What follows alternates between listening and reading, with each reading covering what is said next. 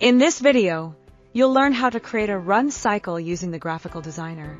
A run cycle specifies the exact days and times a job stream is scheduled to run. From the Welcome page, click Design and select Graphical Designer.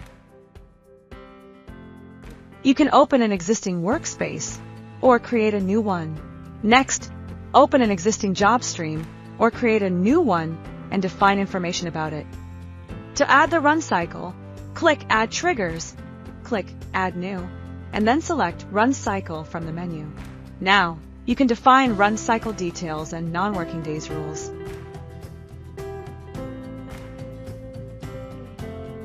When selecting the run cycle rule type, you have different options.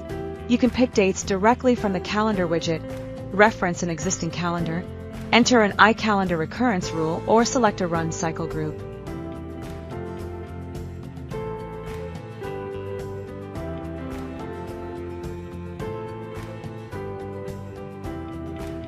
Once you've defined when your job stream should run, just click Deploy. And that's it.